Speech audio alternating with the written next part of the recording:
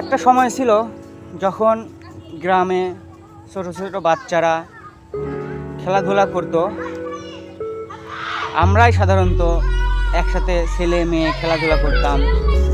Shibori, গোল্লাছুট, তারপরে গাদন, কুতকুত, আর কত ধরনের খেলা যে খেলতাম। হ্যাঁ, তো এখন আর বাচ্চা কাচ্চারা সেভাবে দেখি খেলাধুলা করে না।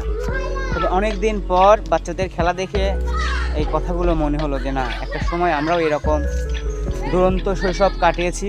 এখন তো ছেলে মেয়েদের শৈশব মোবাইল ফোনে আবদ্ধ, সারাদিন গেম, টিকটক দেখা, রিলস দেখা, সে আগের শৈশব আর নাই।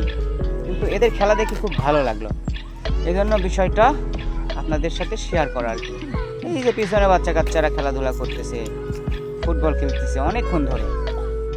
এই যে বাচ্চারা খেলতেছে,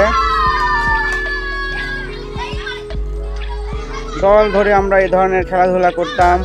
ক্রিকেট ম্যাচ, যে একটা পেপসির বোতল 1 লিটার 2 লিটার অথবা 2টা বল, সামান্য কিছু টাকার বিনিময়ে যে আমরা টিম হয়ে খেলতাম, এটার পিছনে যে কি মজা ছিল, আহা, সেই সময়গুলো আর নাই। হ্যাঁ, এই যে বাচ্চারা খেলছে, খুব ভালো লাগতেছে খেলাগুলো দেখে। হ্যাঁ,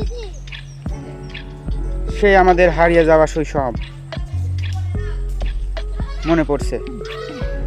যাই হোক, বাচ্চা কাচ্চারা সব আসছে, এসে ঘোরাফেরা করতেছে সবাই। আমাদের পুকুর পাড়, পরন্ত বিকেল, খুব ভালো লাগতেছে সুন্দর পরিবেশে কিছুটা সময় কাটাতে। এই যে ছোট ছোট পোলাপান খেলাধুলা করতেছে। তুমি আম্পায়ার? কি ধরনের আম্পায়ার? আম্পায়ারে কি ধরনের আম্পায়ার? যে গাছের ঢালে বসে রয়েছে আম্পায়ার।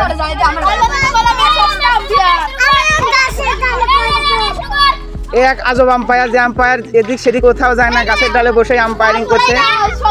আমরা খুব সুন্দর একটা আম্পায়ার দেখতে পেলাম। ফুটবল ইতিহাস এটা একটা বিরল ঘটনা যে গাছের ডালে বসে আম্পায়ারিং করা যায়। ফাইন।